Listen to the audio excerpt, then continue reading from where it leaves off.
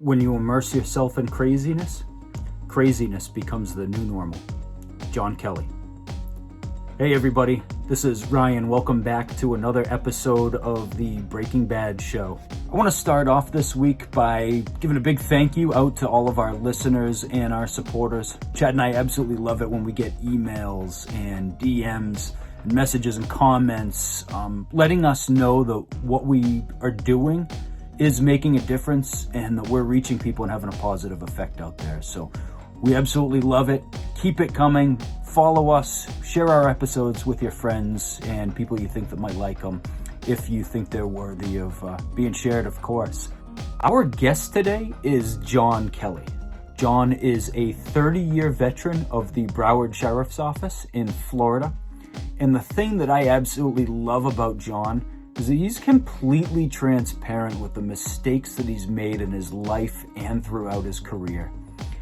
And he takes the mistakes and the lessons that he learned from those mistakes, and he's adopted it into what he does now as a law enforcement life coach and motivational speaker. He's also an author. He authored the book Surviving Self-Inflicted Wounds, A Deputy's Life of Redemption. In our conversation that we had with John, the one thing that stood out to me and really impressed me is that when he's talking about mistakes that he's made in his career and in his life, he embodies the extreme ownership mentality. Never once did he blame anybody else, but what he did was take ownership of the mistakes that he made and did everything within his power to fix them and move on.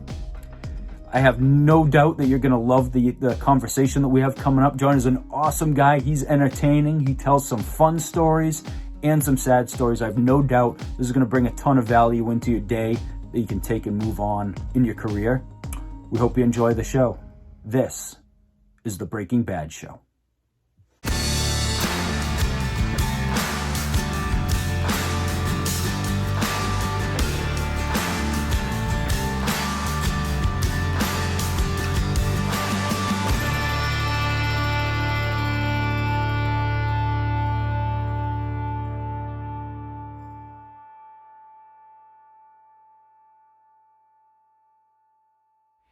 Hey, everybody. Welcome back to the Breaking Bad Show. I'm Chad.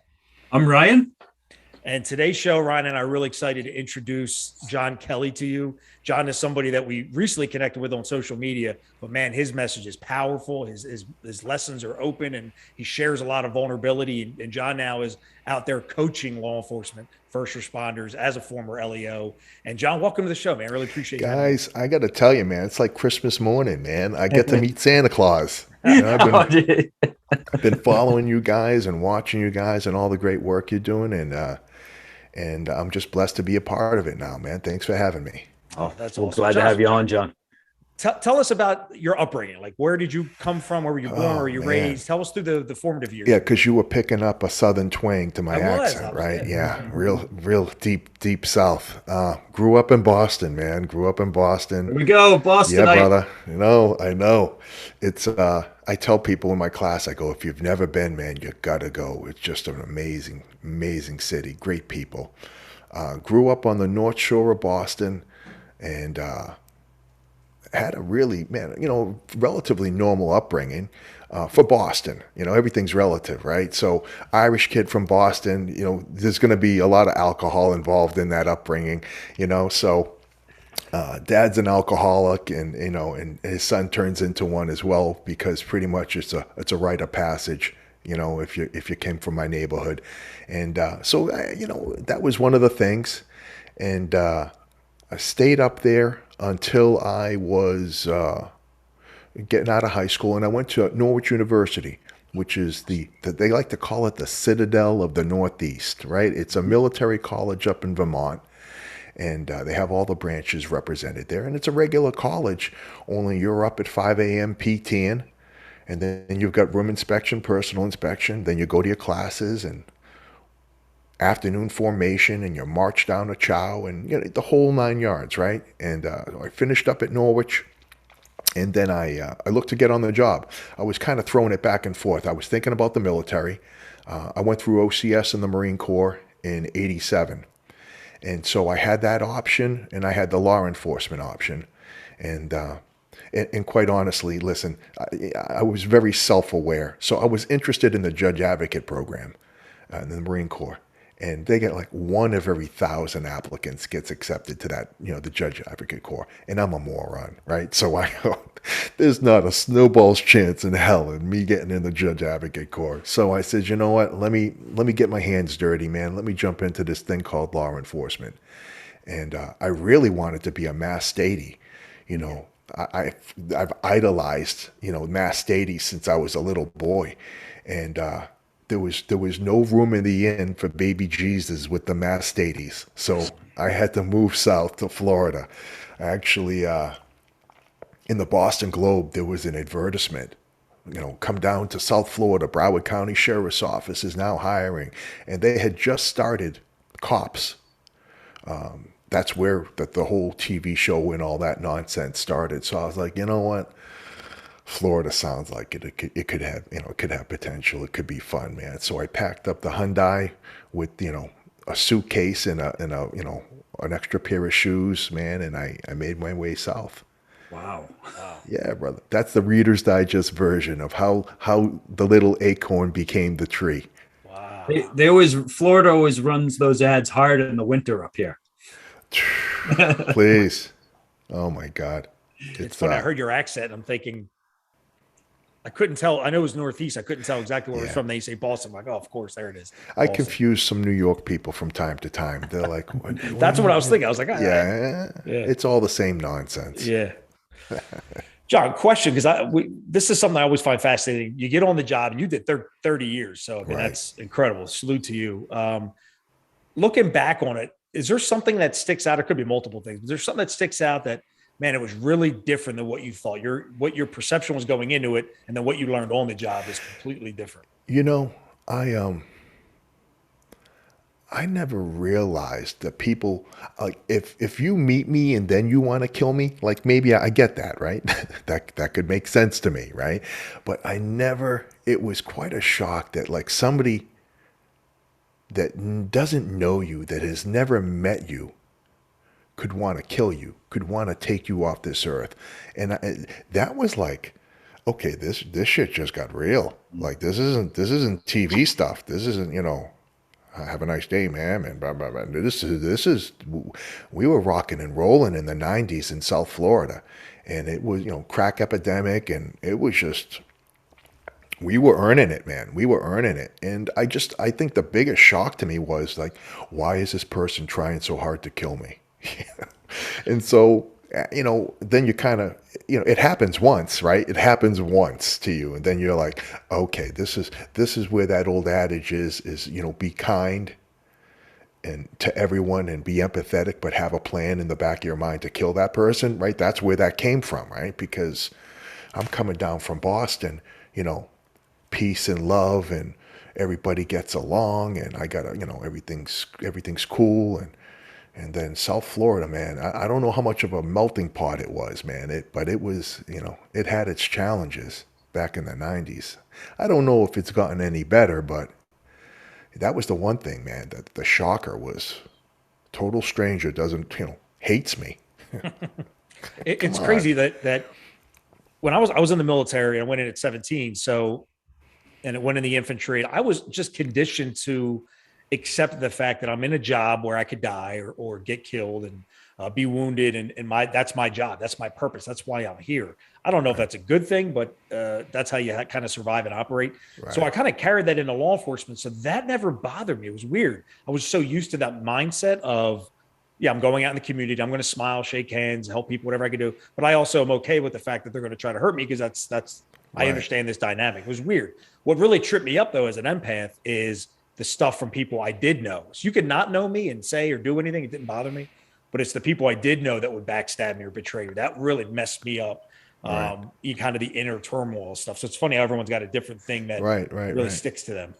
Oh yeah, no doubt. Yeah. It's, I don't know, man. I've got a really small circle.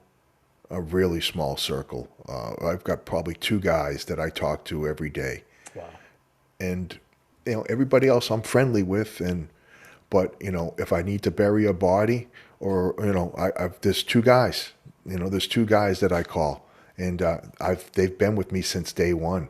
Wow. And so I'm blessed for that, right? Dennis and Steve, man. I talk about them in my book. You know, two guys that had my back when I needed help, and I didn't even know that I needed help, right? So yeah, it's nice to have that circle, man. John, were you married when you became a cop, or you got married afterwards? Yeah, I got married in 95, so I got on the job in 91. So I was running around footloose and fancy free for all of about 3 years before Mrs. Kelly threw the ball and chain on me, right? Wow. But yeah, and so no, the funny thing is though, her dad was a cop. So and her mom worked for the police union. So and her uncle was a cop. I mean, so she was on the outside looking in, but she was kind of indoctrinated into the family life of what it's like to have somebody in law enforcement. So, that transition, there was still a lot of bumps in the road, but she kind of had a little peek in the window of what it was going to be like to be married to the cop, because she just looked at her mom and dad. Yeah. How did you guys meet? Wow. I'm working. A buddy I went to the academy with says, "Hey, you got to meet this girl." His girlfriend at the time was a hairdresser, and she had this girlfriend that was Nicol, and they said, "You got to meet this girl." She was like breaking up with this guy she was going out with, so she was open to like meeting somebody else. And so there's a place on 84 down in Fort Lauderdale called Lester's Diner, and so I'm working, I'm excited. It's right around December time, Christmas holidays coming up. And they went to a Christmas party at their work, and they were going to meet me for, like breakfast at 11, 12 o'clock at night. And I end up getting stuck with a late call. And I got somebody in the back seat of my car. I am hauling ass down Broward Boulevard to drop this guy off at the main jail, because I've already seen a picture of this girl. And I'm like, there is no way I am not meeting this girl tonight. So I dump the suspect off at the jail. I boogie over to Lester's Diner, and I walk in, and they're getting ready to leave. Like, they've been sitting there for an hour and a half waiting for me. And I was just like, oh, I'm here. And she got up, and she had this red sequin dress on. And I just said, good God. She was like, I know it wasn't love at first sight with her, trust me on that one. It took a lot of doing. But when I saw her, man, I was just like, this is it. Something just, hit me in the head. I started seeing stars, and it was funny. So I was like, listen, I apologize. Work came up. Can we go on a real date? And so we went back to her car, and she had this little, do you remember the Nissan, the 300ZX, the little black two-seater? It was a badass little sports car. I think it was a 90 she had. And it was just like, nobody had that car. And she had this car, and I was like, and she bends over, and she's wearing this sequin, and I was like, oh, gee, she's killing me, man. This is not even right, what this woman is doing to me. And I tell her that story. I go, you did that on purpose. And she's very modest. She's like, the hell I did, and so we get into it. But we went out, and my first date. I know I'm such a Romeo. We went to a putt-putt golf go-kart place on our first date, man. I don't know. I don't know what I was thinking, but it must not have been too bad, because we ended up marrying each other in 95. So, yeah, man. That's awesome. Beautiful. How long were you dating before you got married? We dated almost 2 years. Okay. Yeah. What was, when you look back at the trauma you did as a police officer, and Right. You're going through this job and you're experiencing these things, your upbringing, your dad's an alcoholic, all these things are happening to you that you probably didn't even realize. Most of us don't realize they're actually Right. in the moment when it's happening. When's the first time you realized in your marriage that the job was affecting your marriage? It was, so my drinking, right? My drinking was like the first obstacle that I had to get over. And I was pretty much left unchecked, because when you immerse yourself in crazy, when you surround yourself with crazy, crazy becomes the new norm. So if everybody's pounding, if everybody's drinking and driving, and basically my license, I was a cop in the 90s in South Florida. I had a license to do whatever I wanted. Cops weren't locking each other up. Nobody was riding anybody's ass on anything. So I'm not going to be checked on that end of it. And it wasn't until I had a series of really some close calls that, Nicol checked me and was like, listen, I'm not going to be your mother. I'm not going to live like your mother did. And so you need to start making some decisions about drinking and where, and how that plays a role in our marriage moving forward. And it was that conversation and then some problems at work that really forced me to get help, to stop drinking. I haven't had a drink since 96. Wow, congratulations. That's an amazing achievement. Yeah, the birth of my daughter, I never wanted my daughter to see me impaired.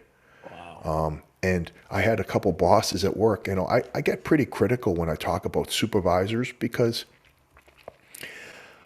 I was a really bad supervisor at times. And then I think I turned out, I don't want to pat myself on the back, man, but I think I figured some things out and I turned out to be a really great supervisor.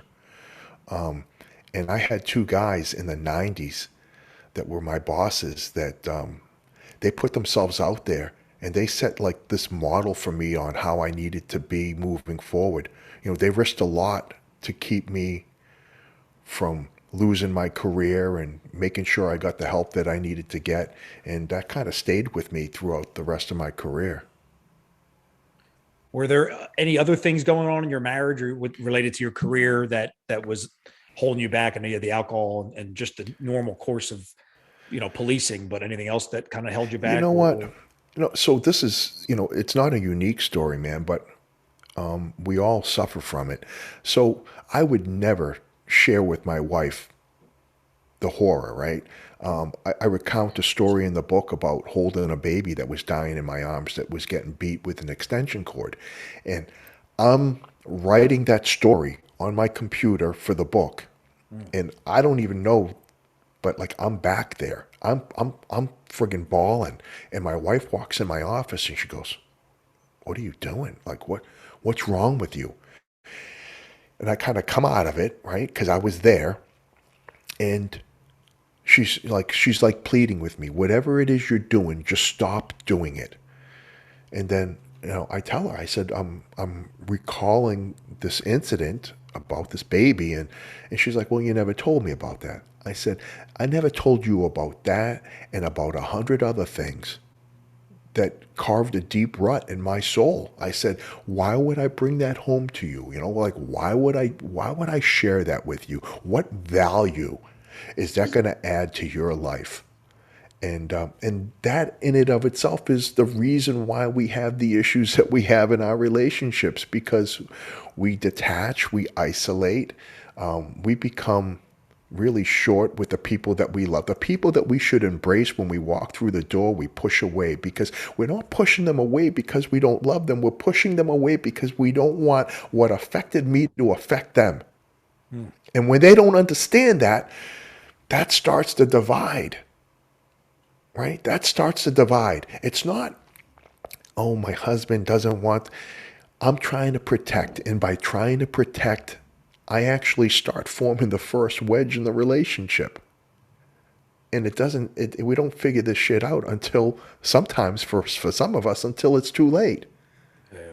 And so, when you add alcohol abuse and you add, a coping mechanism that isn't based on conversations or reaching out or nurturing, and then you just start, everything starts piling up, man. And then eventually, like you guys know, eventually it gets to a point where there's no more room in the box. Box can't hold anything else. And when that happens, it's important to have people. It's because it's going to happen. Listen, we get in this thing, man.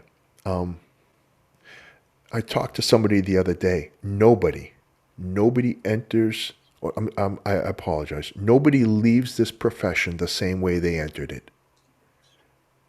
It just, listen, varying degrees of turmoil and pain, but you are not the same person you were. You can't be. You can't be. And so figuring some things out, how you navigate those waters, I have got this theory, and maybe you guys can confirm or maybe shed some light on it for me. My theory is that we love solving problems, right? I mean, we're experts at solving everyone's problems. I mean, that's kind of why we got involved in this line of work. It's why you're in the military. Every mission, there's a problem. There's always something to figure out. And when we get on the job, we're being summoned to total strangers' homes multiple times during a shift to solve their problems. We don't know them. We don't know their backstory, but we have an ability to be on scene in a matter of minutes, bring clarity, peace, and calm to a situation that has been in turmoil for months, right? That's what we do. We're experts at it. That same expertise keeps us from ever applying those same skill sets in our personal lives. We don't do it. The one thing law enforcement doesn't do is promote a growth mindset. It just doesn't. And I don't blame anybody per se, but that's what we have to change. I told the story before, and it still blows my mind. Actually, I remember being on a domestic. It was a husband and a wife, and the wife caught the husband cheating. I don't know. She had physical proof or text message, whatever. Right. But I remember the cop. We split them up, and so I'm talking to the woman, and the other cop's talking to the male. I remember listening, I'm looking at the woman getting her side, but I remember hearing at the corner of my peripheral, this officer admonishing this guy for cheating on his wife. If you kept your stuff, got your personal life in order, this kind of stuff wouldn't happen. Right. And I'm thinking, what world do we live in where somebody can give advice about something that they're actually doing the opposite? And I think that's just from a law enforcement perspective. We put too many expectations on cops. We expect them to live a life where they are modeling whether they're modeling good behavior or not. We have to project that we're modeling good behavior to establish credibility in the community. And I think that's contributed to the stigma of, I'm really going through a tough time. This job has been changing me, but I'm expected to be tough and strong and all knowing. So I'm just not going to, I'm going to bury and suppress that. Yeah. It's, no, you're spot on. And this is the thing. I'll talk about, if you want, my infidelity with Nicol. And I got to tell you, it's even to this day, man, it's a topic. There are a couple times in my life where I've been absolutely fucking ashamed of the man that I was. And this was one of them, man. And it doesn't, like, what happens, it doesn't, it's just, I didn't wake up one morning and decide to destroy my family. It's a series. When you can't discuss the little things in your relationship, when you can't have conversations about minor disagreements, you'll never have conversations about the shit that matters, right? We've got to start communicating better with our partners, because what ends up happening, and this is the story of me, I refused to discuss anything that I thought would rock the boat. If I thought it would weaken the moment, if I thought it would cause a ripple, I kept my mouth shut. And it didn't matter what it was about. And so every time I kept my mouth shut, I drove another wedge between myself and my Nicol. Because what I ended up doing was fucking resenting her. I never let her know that I was resenting her, but it starts. And then one day, when you should be having a conversation about something, and you say, you know what, I'm done. It's too much work. And so you go for an easy out. You want a distraction. You don't want to have to deal with the reality of the shitty situation that you've created. And so when you do that, you step out. And I say this in the book, I never stopped loving my wife. I stopped loving me. I stopped caring about me. I didn't care what happened to me. And so when you do that, when you stop caring about yourself, you remove any possibility or opportunity for you to love anyone else. And my wife is, I fucking destroyed her. She never threw me out of the house. I every day I lived watching her, curled in the fucking fetal position, sobbing over what I did to my family. And so that was a constant reminder of, the man that I was, that I needed to change. Because, people say that family's everything and that they love their kids and their wives unconditionally, but that's a lot of talk, man. Unless you start backing it up by action, you sound like everybody else that's got a piece on the side. And it's terrible. It's terrible. So what you need to do is you need to look in the mirror and go, how do I get back to respecting the man looking back at me? What are the things that I need to do to be a better man, better father, better husband, better partner? And it's not, these aren't hard mathematical problems that we need to figure out, man. The answers are very simple. We just need to have the courage and the fortitude and the strength to start making decisions that are in our best interest, that are in the best interest of our family. But when you make emotional decisions, right? We never make good decisions when we make emotional decisions. And so part of me getting back and building back my marriage with Nicol was having conversations, having really shitty, tough conversations, and knowing that by communicating with each other, together we can grow. My wife is, when I wrote this book, I said, one of the reasons why I wrote the book was to provide a guide for my brothers and sisters on, if you fall in some of these holes, alcoholism, addiction, marital issues, if you fall in some of these holes, there's ways to get out of them. And I can help you with that. And it doesn't need to be a secret. I'll share you how I did that. But the other reason why I wrote the book was to show you guys what unconditional love looked like. And that was in my Nicol. If she doesn't do what she did, if she took responsibility for the place that we were in our relationship. I stepped out, but she said, I played a part in this as well, by default, because I'm your wife. She took some ownership there. Now, it doesn't need to be 50-50, because I can tell you it wasn't. It was like 99% my fault and maybe 1% hers. But the fact that she was willing to take ownership of the role that she played in developing the health of our relationship, that was hope. That was the one thing that allowed us to move forward. And, there's been many lessons learned, man, but really everything starts with communicating. And then when we stop communicating, when we stop wanting to improve, when we become indifferent, right? It's a death sentence. It's a death sentence for us at work. It's a death sentence for us in our relationships. There are a lot of things that we can become indifferent about over the span of our lives. There are a lot of things that don't matter. But our relationships and how we treat each other, whether on the job or not, I think is crucial that we maintain those at a healthy, active level. Yeah. John, I just want to jump in and stress something. And that's, John, one thing I noticed that was completely different from your story that I think we see a lot is that you took responsibility from the very beginning. I think we see so many people that blame the wife. Well, she doesn't love me. She doesn't understand me. We put it all on them. And you took responsibility. And I'd have to imagine that also allowed her, you not blaming her for the problem, allowed her to be willing to accept some of the responsibility for rebuilding and regrowing from where you were at.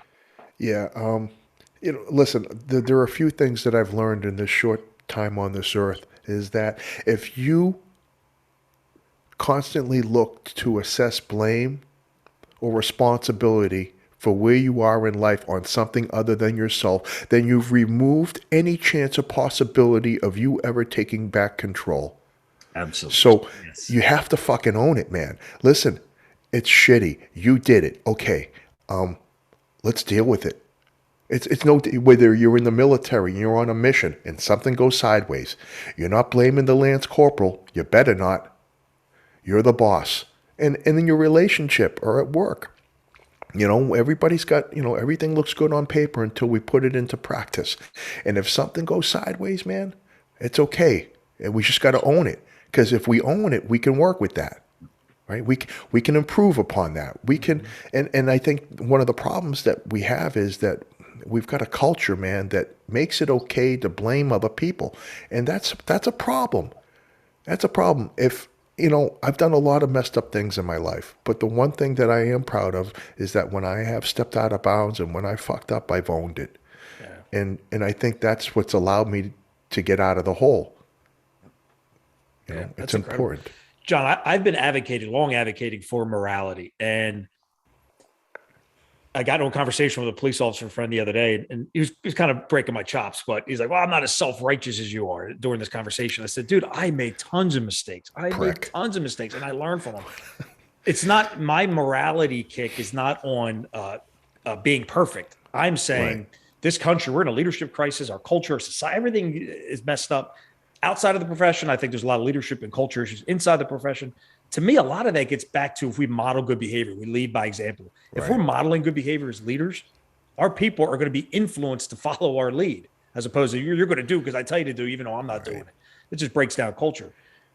Hearing you talk about that with your wife, I mean, and I like what Ryan said, it almost seems that you owned it and she owned it too. And you have both people owning it, even though she didn't contribute to it. I feel like that's going to set you up for success. My next question was going to be, how did your wife get over it? But I think I already know that now. She came into it owning it. She did. She it's funny. So she's never forgotten, but she's forgiven, right? There is no amnesia, right? There's no Mickey I can slip her to make her forget the pain. And you know what, quite honestly, I don't want her to forget the pain, and I'm not going to forget the pain because you grow from the pain. There's got to be some sense of it, right? So I don't live in it. I don't wallow in it. But it's always a reminder to be appreciative. It's always a reminder to love unconditionally. It's always a reminder that perfect doesn't exist. And when you start trying to chase perfect, you're setting yourself up for failure, right? So, my wife gets concerned sometimes because when I do these seminars, I get jacked up at the end of it, man. I need to go speak to somebody, and it's usually me speaking to myself on a car ride home, which gets me back to a place of calm and peace. And she's always said, when you do these seminars, you get upset. So like she's asking me like, why do you do them if you get upset? And I said to her, I go, it's because of the phone calls on the way home. It's the reminder that I'm not different than anybody else in that room. I'm just willing to talk about it. And, when my phone's blowing up, and the guys I just met an hour ago are telling me, when you were speaking about your affair and how that affected you and how upset you were, he said, there were 8 guys in that room that you didn't know, but they were all up to shenanigans, and everybody's living this double life, and nobody's being true, and and let me just say this, man, if you don't want to be committed to somebody, I'm cool with that. Then don't be committed to somebody. Don't. That was one thing that my wife really shared with me. She says she took a vow, right? So if you're gonna say that you're all in, then be all in, man. Be all in for better or for worse, And if you're not, then don't be. Don't fake it, man. Because you just you're prolonging the inevitable pain, right? So if you can't work it out, man, and if you've done everything in your power to make it right, and you're not going to change your ways, then maybe you shouldn't have gotten married in the first place. And I'm not judging. I'm just saying, it's a different life, right? Yeah, and I it's think funny. I think I have friends that are close to me, law enforcement officers, veterans that have either cheated on their spouse or they're doing that now. And we won't talk about that, or that won't come up, or it's this double life, show me pictures on their phone of their kids and their family and their wife. But I know in the back of my head that I'm like, what is going on? Like, it's like a bizarro world kind of moment. Right. And then here you are as a stranger to all these people, all our viewers, and you're sharing this. It just doesn't happen. People don't talk about it in that profession. So I really feel that, I mean, if you're watching this and you're in that boat and you're a cop or a first responder and you're listening to John, you're thinking, oh man, he's laying it down truthfully and directly. And you got to own that and fix it. Yeah. Listen, if you are in a marriage and you're cheating on your wife, you're a piece of shit. And you've surrounded yourself with guys that are condoning it because they're probably doing the same thing. And so we create this environment where we accept unacceptable behavior. And I was a piece of shit for a really long time, and I'm not proud of that. But the good news is, and listen, I'm not a Bible thumper, man. I'm not. There's a special place in hell for me. I know that. It's okay, and but you're robbing everybody around you of happiness and love if you're not being true. How does that affect your family, your kids, and people around you? I know cops are doing this and they're not really thinking about that. How does that affect any really addiction, infidelity? How does that affect your family? So, oh God, guys are killing me today. So my daughter, right, she was old enough to know something wasn't right, but not old enough to know what it was. And at least I thought, fucking kids, man, they're so smart. And so I sit out every week by a fire pit I have out back. And I just sit there with my daughter every week. It's John and Briana's time. And Nicol stays up at the house and we sit and we talk. And I sit with my daughter and we have an amazing relationship.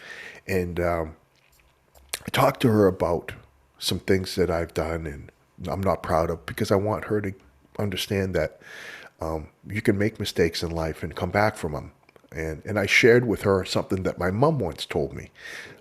She said, it's not how you start the race, it's how you finish. Right? She said that to me, and it stayed with me for a very long time. And so I talked to my daughter about what I had done to her mom, and I told her that, your mother and I went and we got some counseling and we worked some things out. And then she looked at me and it broke my heart. She said, did you ever think that I might need some counseling? I said, kid,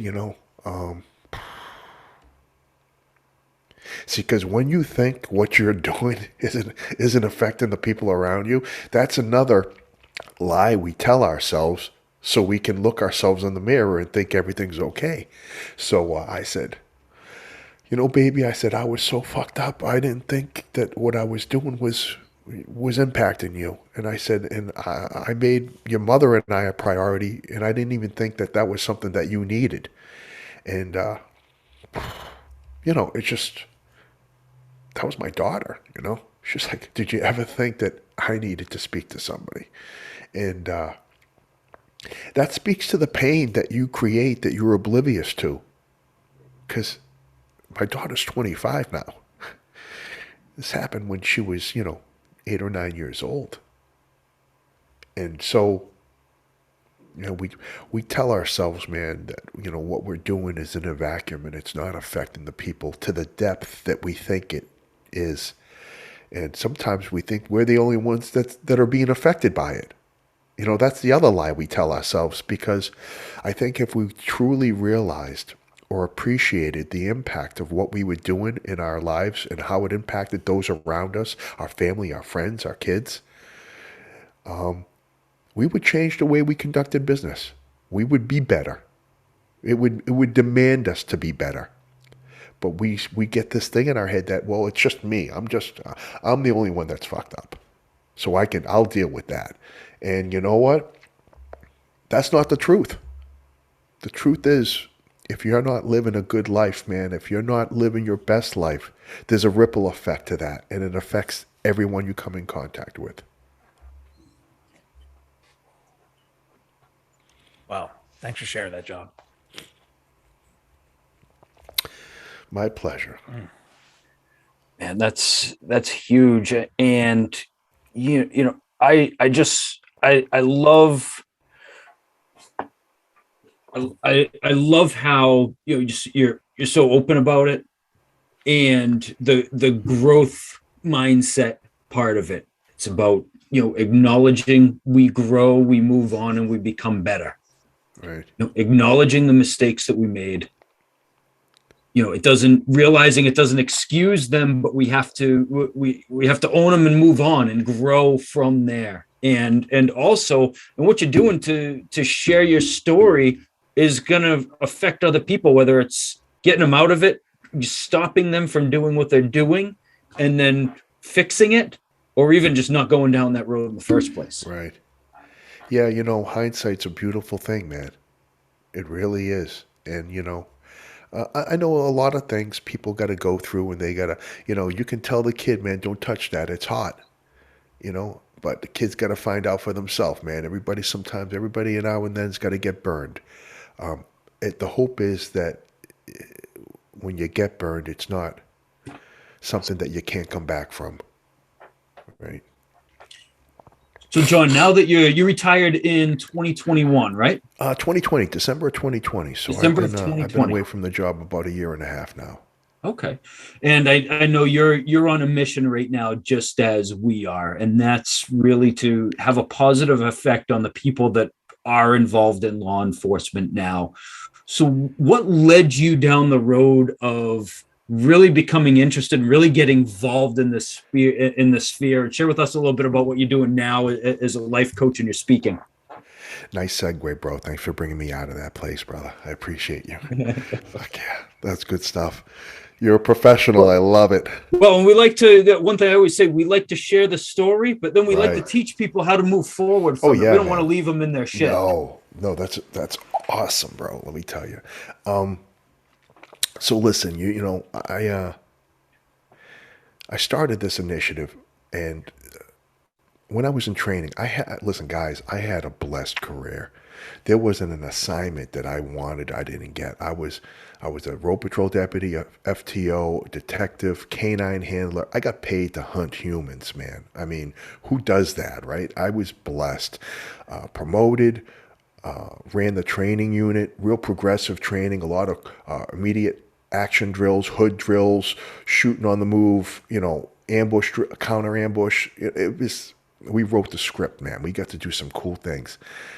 My last gig was as a motor sergeant, ran all the bigwigs, Trump, Pence, Biden, everybody around South Florida. Really kind of cool. Worked with the Secret Service. But my time in training, man, kind of is what brought this program to my attention. And we do a great job of training guys on cop stuff, right? We listen, if you're a cop out there and you don't know how to do the job, it's not because you haven't received training. You just might be a moron, right? I mean, we beat you over the head with training to do the job.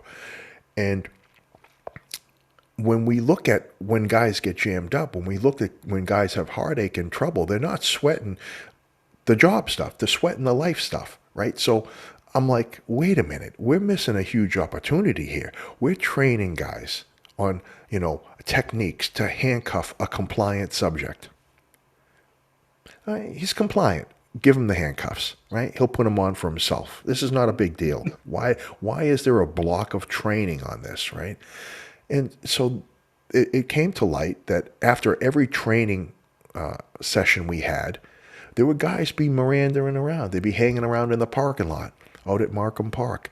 And, guys in training, if we cut you early for training, they're crashing into each other trying to get out of the parking lot, right? What are you still doing hanging out here? And so we would hold counsel with guys in the parking lot. Like, what are you doing? Ryan, why are you still here? Because you don't want to go home. Home's not a place you want to be. Why are you still here?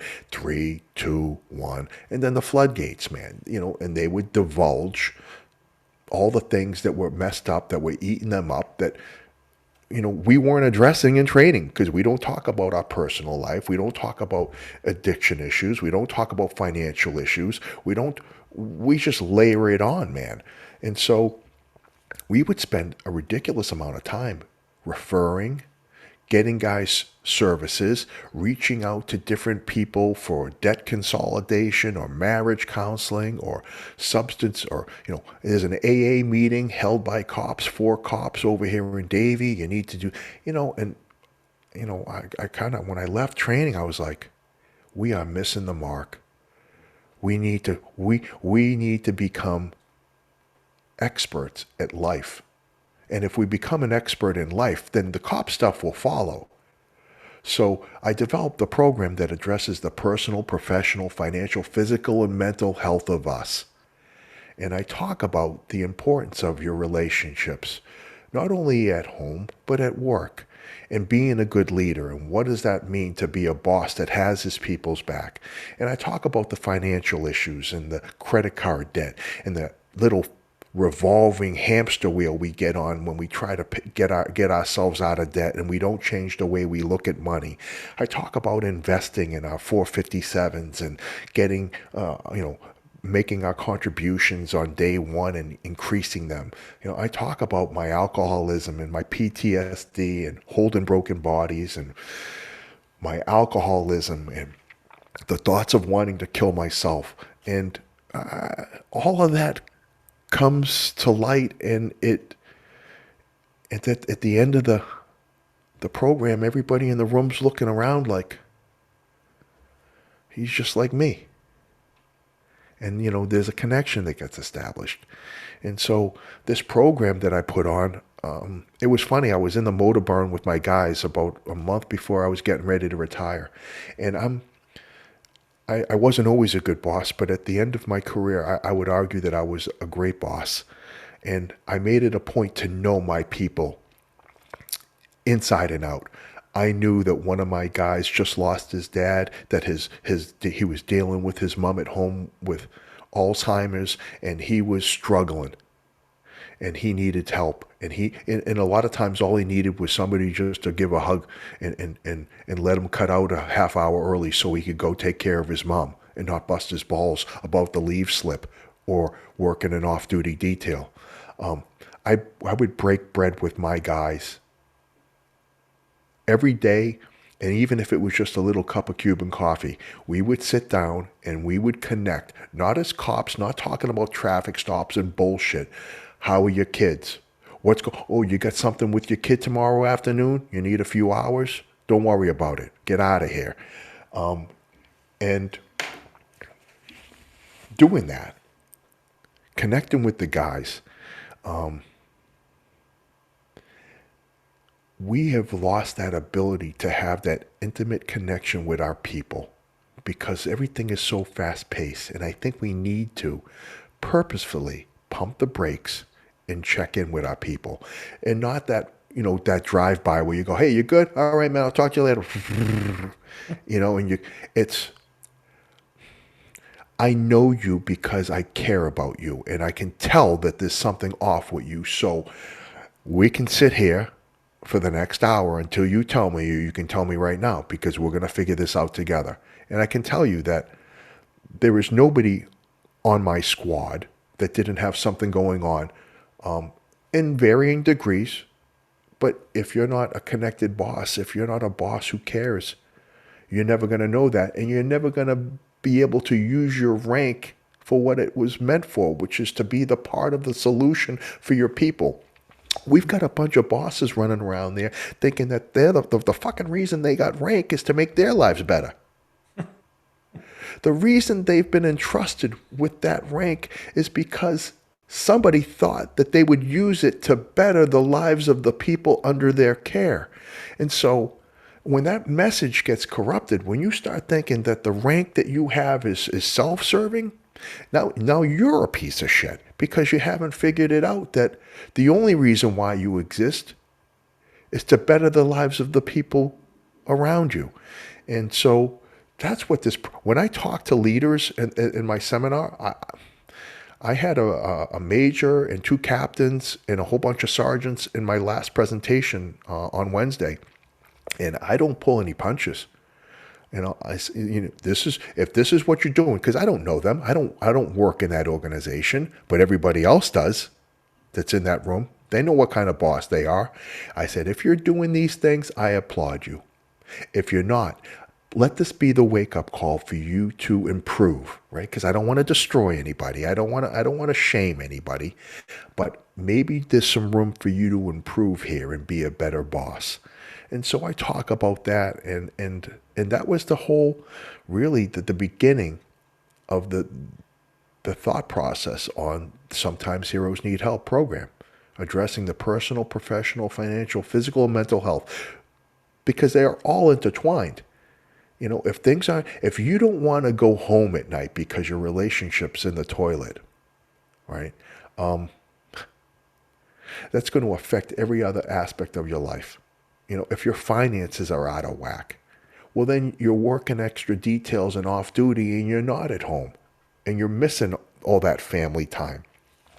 So it's really about trying to come to a place of peace and calm and balance and owning it. See, because you can do that if you own it.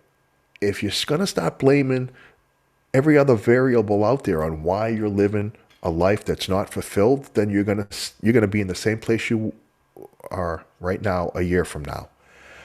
So it's it gets back to owning it and being okay with not being perfect.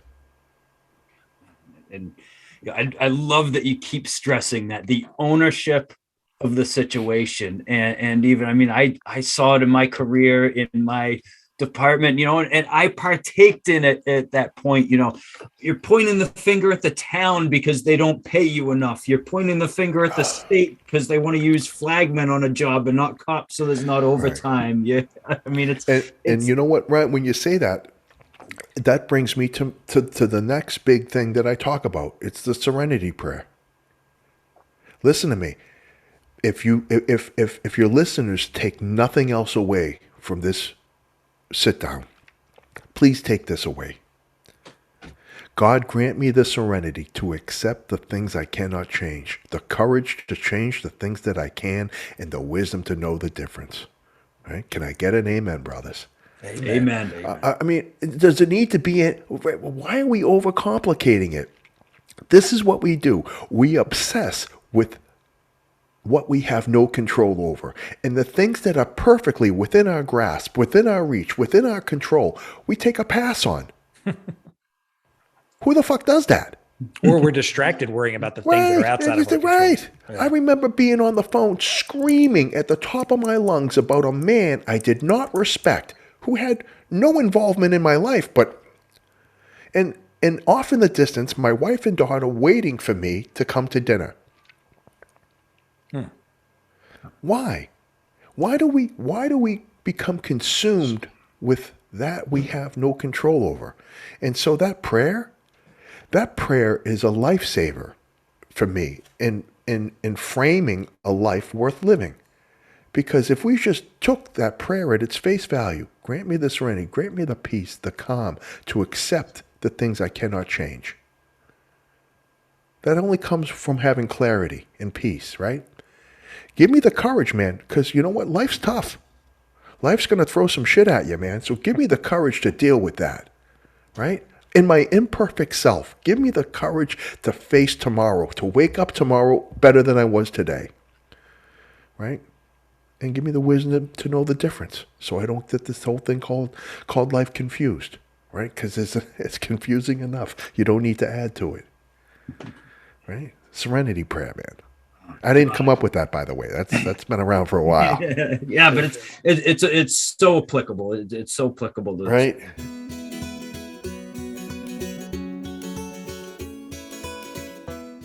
John, I can't thank you enough for coming on the show. This has been, I feel like we could go on for another hour. I know, right? No, you guys are really easy to talk to.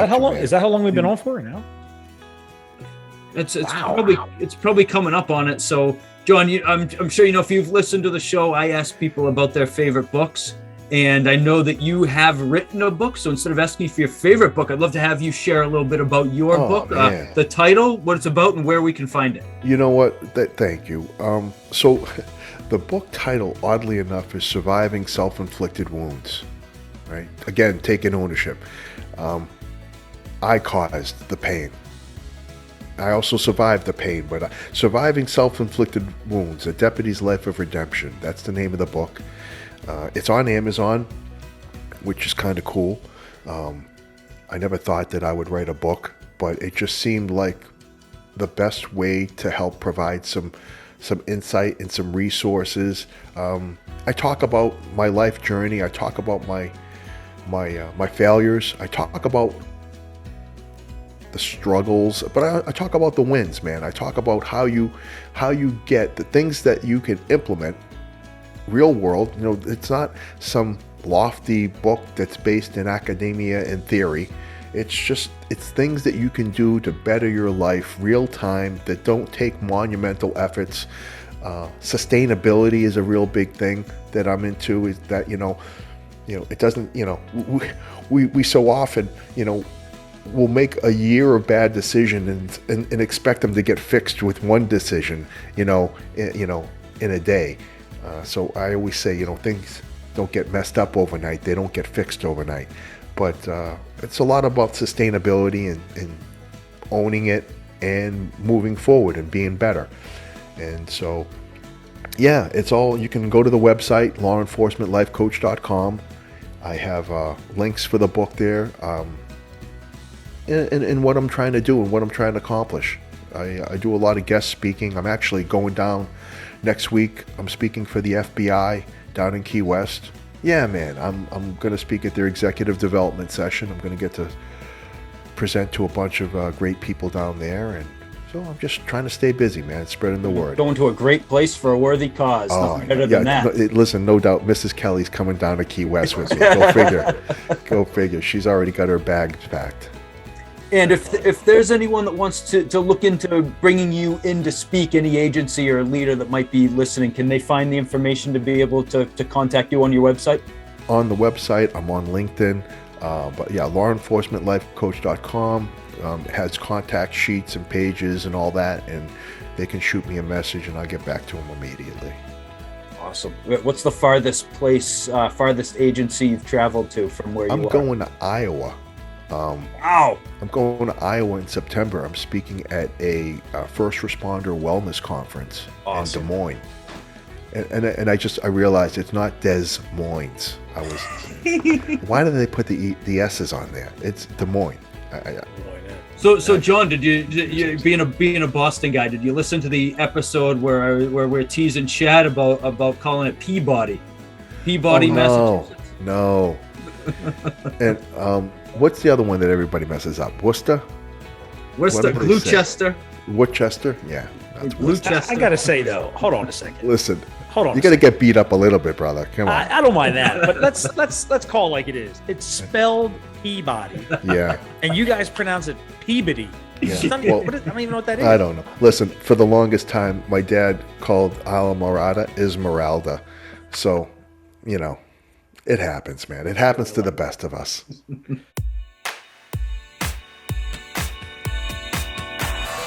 John, if you watch the show, we do a segment called 5 Questions. Gotcha. All right. I'm excited about it. It's a rapid fire game. We want to know about you, difficult, John bro. Kelly.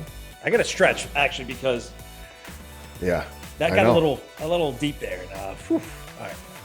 It's supposed to be a fun game. All right, let's do it. All right. 5 questions. As quick as you can. Most inspirational person you know. That I know living. Peter Matthews. Who inspired my father. John Kelly the most? Peter Matthews, my father-in-law. Ooh, okay. I like that. You're at a barbecue. Everybody's drinking alcohol like everybody does. You're sober now. What's in your glass? Water. Sparkling water or man. Just tap water? Whatever you got, man. You want to throw some fizzies in there, a few bubbles? Yeah, I'm good like either that. way. All right. This is going to be a little hard one maybe, but funny stories that cop. Just off the top of your head, the funniest thing that happened to you. All right. Oh, I can't believe I'm going to fucking tell you this. Funniest thing that happened to me, just in general, not even being a cop, okay? Okay, you ready? Oh, I'm ready. It's so embarrassing. Halloween, my mother makes hot chocolate, but she makes it with like a gallon of milk. And I'm in Rentham at my sister's, so I don't even know where I'm at, okay? I came up from Florida. I'm lactose intolerant. I drink half a gallon of hot chocolate with milk, and I go walking with the kids, trick-or-treating. Listen to me. I start getting the sweat beads on my forehead. I don't know where the hell I am. We've been walking for a half hour. I have to go to the bathroom horribly. I run like I'm being chased by a mob of zombies. I don't know where the hell I'm running to because I don't know where I am. I run into a wood line, go to drop my drawers, and I shit myself. Okay? So I don't get my pants all the way down, so I end up shitting myself in fucking Rentham on Halloween. And now I got to figure out where the hell I'm going because so I'm running down the street like friggin' Frankenstein because I got shit in my drawers, and I finally find the house by the grace of God. I go to the door, my mother's there. I go, Ma, throw a towel out back for me. Hey, John, what? Ma, not now, Ma, not now. A little busy. I go out back, I strip all my clothes off. Now, this is October in Boston, right? Halloween. It's freezing. I start hosing myself down in the backyard. Unbeknownst to me, my sister's having a carpet installed, and the workers are all standing around in the backyard with the carpet getting it ready to install. And I look over, I'm like, what's up, fellas? You know, and I'm naked, I'm just hosing myself off. And yeah, bro, I shit myself. So if it's October, it might not even been your best version of yourself might not have been out there. So listen, I don't believe I just shared that, but now everybody knows. The funny thing about that story, John, is a small world. I grew up in Rentham. Oh, I thought you were going to say you shit yourself too. Okay, thanks. Thanks for not making me feel better. Oh man, funny stuff. John, you have a time machine. It's a question for you. You have a time machine. You can go back to any point in your life to watch it. What point in your life are you going back to? Just to observe and enjoy it. Day my daughter was born. That's awesome. All right, Saturday night, you and Nicol, no plans, nothing on the calendar. What do you guys usually do? We are usually cooking. She's an amazing cook. She's cooking, and then we've never had a pool. And so we're in our pool, man. We're just chilling in our pool. Awesome. That is awesome. John Kelly, 5 questions. Yeah, brother. Thanks for having me, guys. This has been awesome, man. And if you have to edit out that story about the shit, I would understand. I would not be upset. John, it's funny you say that. I actually was thinking probably 3/4 of the way through this, how amazing this is going to be this weekend, because I don't think there's anything I got to edit out, including that story. Oh, you're killing me. All right, brother. No, we like to, everything's raw here. We like to show who people are, personalities. Yeah. We don't want to cut stuff out. No, that's good. You guys will do me justice then. And John, what a great conversation. You know, I love your whole philosophy of taking ownership and seems like a value of yours like it is mine, and that's that's the only way we get better, boys. That's what it's about. You know, we're not born pros. It's just a daily process of getting a little better than we were the day before. 100%. I love it. And one last thing for me, John, and I posted about this recently on LinkedIn. I have regrets. I have looking back at my law enforcement career, and I know so many cops that are going through this. We just lacked proper mentorship, coaching, leadership in the profession. Do some people have it? Yes. But by and large, you're kind of out there alone. Maybe you have a great sergeant you're working for who's really helping you a lot. But, you know, if you want to get promoted, you want to take the next step, you know, there's really nobody out there to do that. And I just posted about this because it's frustrating. John Kelly, if you are a police officer on the job and you need to level up, I'll help you out. You need a coach like John Kelly. Just call the guy up, hit him up, email. Man. Yeah, that's great. I'm helping a kid now. He's out in California. He reached out and he's like, I want to become a police officer. And I got a call with him tonight at 7. You know, I said, I'll help you out, man. I said, well, you know, what do I owe you? I go, you owe me getting the job, man. Awesome. Get the job, man. That'll be payment enough for me. I'll be happy when you get the job, right? So, yeah, but, you know, you get one shot at this thing, boys. You get one shot at it, so you better make it count.